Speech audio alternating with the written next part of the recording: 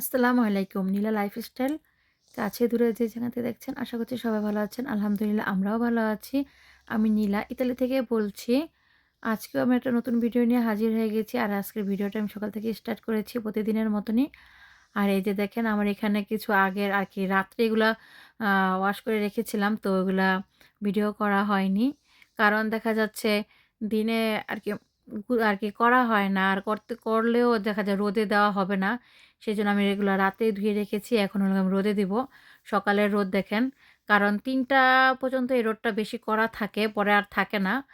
তো এই যে দেখেন পাঁচফোড়নগুলো আমি রোদে দিলাম আর হলো এই যে বয়রমগুলো ধুয়ে রেখেছিলাম, সেগুলো এখন রোদে দিয়ে শুকিয়ে নিব। তো যাই হোক এই যে এখন আমি ওগুলো রোদে দিয়ে দিয়েছি। আর দেখা যাচ্ছে যে এই যে কিছু রাখতে গেলে একটু ধুয়ে রোদে শুকিয়ে রাখলে না জিনিসগুলা ভালো থাকে।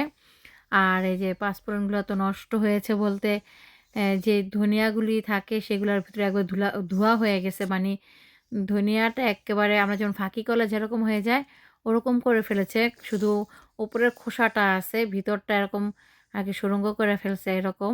কারণ পাঁচফোড়নটা যখন আমি প্লেটে ঢাললাম দেখলাম যে অনেক পরিমাণের এই যে ধনিয়া ফাঁকির মতন আরকি দেখতে পেলাম। তো আর কি আর করার রোদে দিয়ে আসলাম। এসে এই যে ছোট, ছোট একবারে ছোট সাইজের পটল এটা ছিলার দিয়ে ছিললেও আমার কাছে একটু কঠিনই মনে হয়। তার চাইতে আমি বটি দিয়ে কেটে নেব সেটাই ভালো। আর এই যে এখানে আমি বটি দিয়ে কেটে নিয়েছি আর আমি যেহেতু খোসাগুলি রেখে দিয়েছি গৃহিণী, ভর্তা করব সেজন্য। বাচ্চা আছে, তো একটা গৃহিণীর বাসায় থেকে যা করে সাধারণত আমার ক্ষেত্রেও ব্যতিক্রম নয়, আমিও তাই করি। ছেলেকে খাওয়ানো, গোসল করানো, তারপরে নিজের বাসার টুকিটাকি কাজ থাকে, রান্নাবান্না, এগুলো আমি সবই আর কি করি। যেহেতু আমি বাসায় থাকি, যেহেতু আমি তো আর একটা কোনো চাকরি করি না, তাই বাসায় থেকে যা করি সারাদিন তাই আপনাদের সাথে শেয়ার করি। এই তো দেখতে পাচ্ছেন এখন আমি রান্নাটা শুরু করে দিয়েছি, মাছটা ভেজে নিব। আর এই তো এখানে আমি পটলগুলোও ভেজে নিব। পটল আর হলো আলু একসাথেই ভেজে নিচ্ছি। দেখেন এই যে আর হলো সামান্য তেল দিয়েছি আর সামান্য একটু হলুদ দিয়ে দিব। তো ভালোই হচ্ছিল ভাজাটা। তো বেশি বাড়িয়ে দিলে তো পুড়েই যাবে। আর আমি হলো একটু চুলার পাওয়ারটা বাড়িয়ে দিয়ে রান্না করি। তারপরে দেখেন এই যে একটু আব্দুল্লাহর কাছে গিয়েছিলাম। তো ভাজতে, ভাজতে ভাবলাম আব্দুল্লাহকে ডাকছিলাম তো আব্দুল্লাহ আসছিল না। ভাবলাম কি করছে না করছে তো ওর কাছে যাই। তারপর একটু লেগে গিয়েছে। আর এই যে এখানে বেসনে একটু কাটাকুটি ফেলে আর কি আলুও ছিলেছিলাম। সেগুলো এখন তুলে আমি সম্পূর্ণ ক্লিয়ার করে নেব। আর এর মধ্যে আমি ফ্রাই প্যানটা বসিয়ে দিলাম তরকারি রান্না করার জন্য। কড়াইটা আমি ফ্রাই প্যানটা আমি ধুয়ে নিয়েছি। তো এখানে পেঁয়াজের সাথে দিয়ে দেব তেল। তারপরে সুন্দর করে এখন আমি এটাকে একটু সামান্য আগে ভেজে নিব। ভেজে নিয়ে এখানে দিয়ে দিয়েছি হলো আ আদা, হলুদ, ধনিয়া ফাঁকি, লবণ, কাঁচামরিচ দিব সেজন্য আর ফাঁকি মরিচটা এড করলাম না। আর কাঁচামরিচটা আমি পরেই দিব, নামানোর কিছুক্ষণ আগে। আর তারপরে তো কষানো শেষ, কষানোর পরে মাছটা দিয়েও কষিয়ে নিয়েছি। আর এই যে আলু পটলও দিয়ে দিয়েছি। দেখেন আলু আর পটলের অবস্থা কি একটু পুড়ে গেছে আরকি। এত ফুল বাড়ায় দিয়ে গেছিলাম আব্দুল্লাহর কাছে তো এসে দেখি একবার সাথে, সাথে লেগে গেছে। আর আস্তে আরকি পাওয়ার দিয়ে ভাজলে সুন্দরই হইতো। তো এই যে মাছগুলো তো বললামই। তারপরে আমি এখানে কষানোর পরে গরম পানি দিয়ে বলক তুলে তারপরে এখানে মাছগুলো দিয়ে দিলাম। আর এখানে আমি বানিয়ে নিচ্ছি হলো মূলা ভর্তা। অনেক ফ্রেশ লাগছিল মূলাগুলি।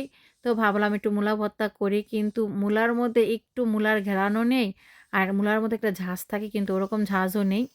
কি আর করব তারপরও খারাপ লাগেনি। ভালোই আলহামদুলিল্লাহ ভালোই লাগছে। আবার সরিষার তেল, ধনিয়া পাতা দিতে পারলে আরো বেশি ভালো লাগতো।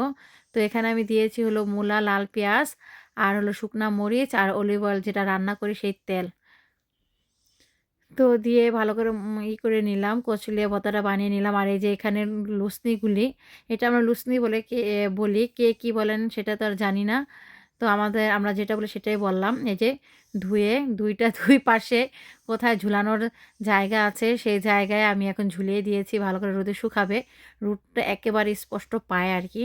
এই যে রুমটার এই অবস্থা, এখন আমি একটু গুছিয়ে নিব। তো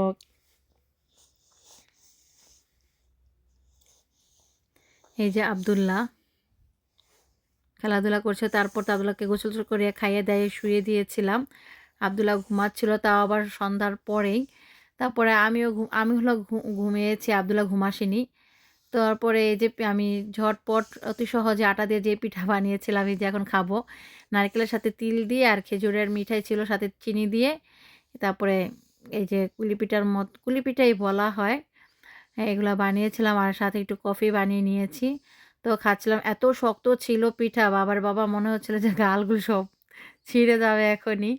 এত শক্ত হয়ে গেছে ওভেনে গরম করে নিয়েছি তারপরও সাথেই ঠান্ডা হয়ে যায় আর এত গরম। ভিতরটা গরম ছিল থাকলে কি হবে অনেক শক্ত। মনে করেন যখনই মনে চায় ঝটপট বানিয়ে নিয়েই খেয়ে আর কি ঝটপট যখনই ইচ্ছে করে বানানোর সাথে খেলে তো ভালোই লাগে। পরে হলো গিয়ে অবস্থা খারাপ হয়ে যায় এরকম। আর আটা দিয়ে অতি সহজে আমি এই পিঠাটা বানাতে পারি। আমার কাছে খুবই ভালো লাগে। আর কি দেরি করতে হয় না। মনে চাইলেও বানিয়ে ফেললাম এবং কি খেয়েও ফেললাম এরকম একটা অবস্থা। আর এই যে এখানে আমি কফি বানিয়েছি, খাবো। তো আজকের ভিডিওটা আর বেশি বড় করব না এই পর্যন্তই।